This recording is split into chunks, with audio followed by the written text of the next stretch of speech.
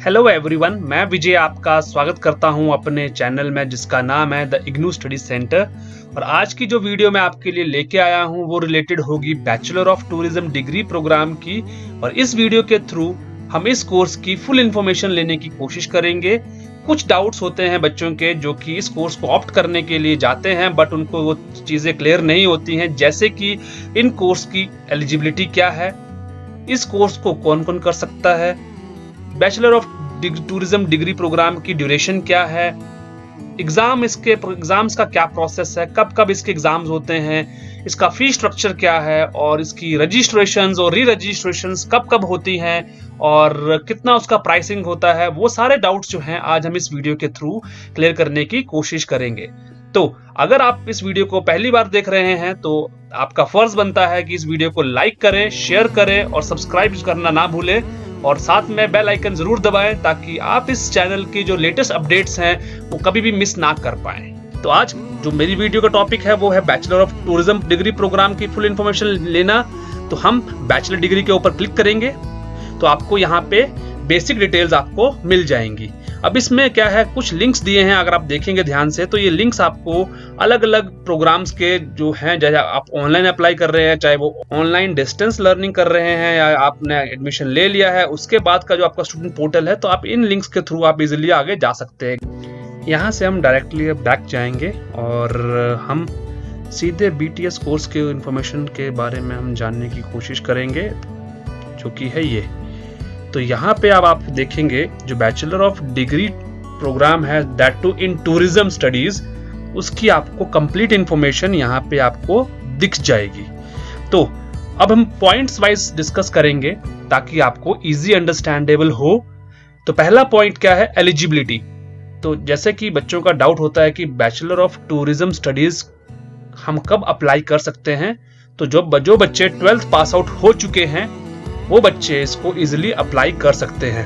अगर मैं point number 2 की बात करूं जो कि है ड्यूरेशन, तो bachelor of tourism studies BTS course को करने के लिए मिनिमम 3 साल दिए गए हैं और मैक्सिमम 6 साल दिए गए हैं। 6 साल क्यों दिए गए हैं, क्योंकि मैक्सिमम जो स्टूडेंट्स हैं वो जॉब कर रहे होते हैं, कहीं ना कहीं उनके पास इतना समय नहीं होता है। समटाइम्स उनके पास फाइनेंशियल स्ट्रेंथ्स होती हैं, जो फाइनेंशियली वीकर सेक्शंस हैं वो भी इस कोर्सेज को ऑप्ट करते हैं। तो उनके लिए क्या है, इन दोनों को मिक्स करके इन्होंने मैक्सिमम ड्यूरेशन बढ़ा दिया है, 6 ईयर्स कर दिया है। पहले इट वाज 5 ईयर्स।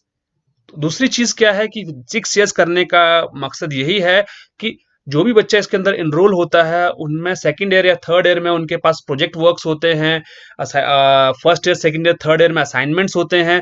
तो वो क्या चीजें हैं, वो कई बारी क्या है बच्चे टाइम पे सबमिट नहीं कर पाते हैं, जिसके कारण इनको प्रॉब्लम ना हो, उसके चलते इग्नू ने इसको 6 ईयर्स कर दिया गया है।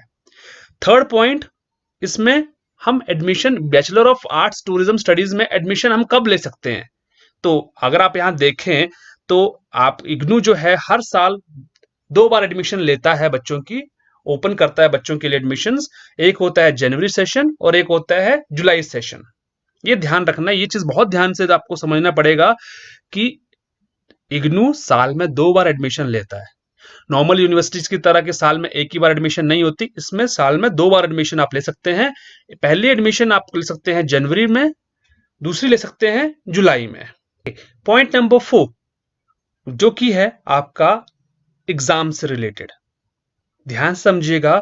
यहां पे जैसे मैंने आपको अभी बताया कि एडमिशन साल में 2 बार होती हैं, जनवरी सेशन में और जुलाई सेशन में। तो आपको ये कॉन्सेप्ट समझना पड़ेगा, इन दोनों सेशंस के एग्जाम्स अलग अलग होते हैं।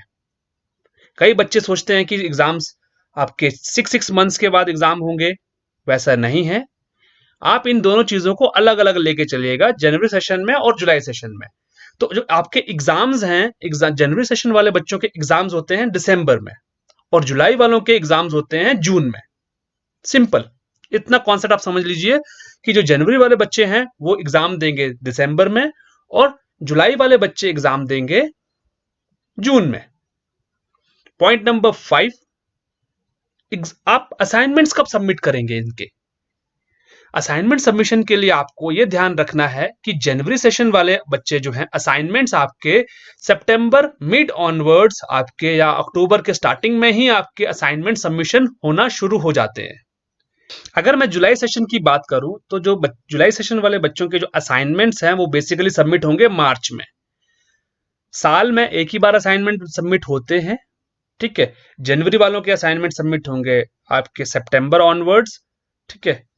और जुलाई वाले बच्चों के असाइनमेंट सबमिट होंगे March onwards, next year March onwards. तो ये चीज बहुत क्रूशियल है, आपको समझना पड़ेगा। और एक चीज ध्यान रखिएगा कि जो कई बच्चों को के डाउट्स होते हैं, कई बच्चों के डाउट्स ये हैं कि हमें सिर्फ 2 ही असाइनमेंट सबमिट करने हैं, 3 असाइनमेंट सबमिट करने हैं, 4 असाइनमेंट सबमिट करने हैं। तो आपको ये ध्यान में रखना है कि जितने आपके सब्जेक्ट्स होंगे, चाहे वो फर्स्ट ईयर है, चाहे वो सेकंड ईयर है, चाहे वो थर्ड ईयर है, इसमें जितने आपके सब्जेक्ट्स हैं, जितनों के आपने पेपर देने हैं, उतने ही आपके असाइनमेंट बनेंगे और सबमिट होंगे। ये आपको ध्यान में रखना है। कई बच्चे बोलते हैं कि हमें सिर्फ 2 ही असाइनमेंट्स इग्नू की वेबसाइट पे दिख रहे हैं। एग्जाम्पल के तौर पे अगर मैं बात करूं फर्स्ट ईयर के, तो फर्स्ट ईयर के आपके 5 सब्जेक्ट्स हैं, TS1, TS2, BSHF 101, FEG 1 जिसको हम BGF 101 भी कहते हैं, और एक होता है ऑप्शनल जो कि आप यहां से चूज कर सकते हैं, एग्जाम्पल के तौर पे FEG 2। तो टोटल 5 सब्जेक्ट होंगे, तो आपको पांचों के पांचों ही बनाने पड़ेंगे असाइनमेंट्स। और ये असाइनमेंट्स आपको कहां सबमिट करने हैं, where to submit your assignments, चाहे जनवरी सेशन है, चाहे वो जुलाई सेशन है, आप अपने असाइनमेंट सबमिशन जो हैं ये आप अपने स्टडी सेंटर के अंदर सबमिट करेंगे, ठीक है।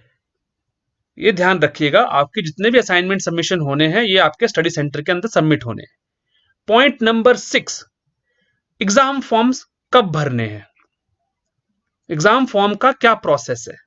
तो आप ये ध्यान रखिए, अगेन यहां पे भी हम 2 चीजें लेके चलेंगे, जनवरी सेशन और जुलाई सेशन। जनवरी सेशन वाले बच्चों के जो एग्जाम फॉर्म्स हैं वो सितंबर ऑनवर्ड सबमिट होंगे।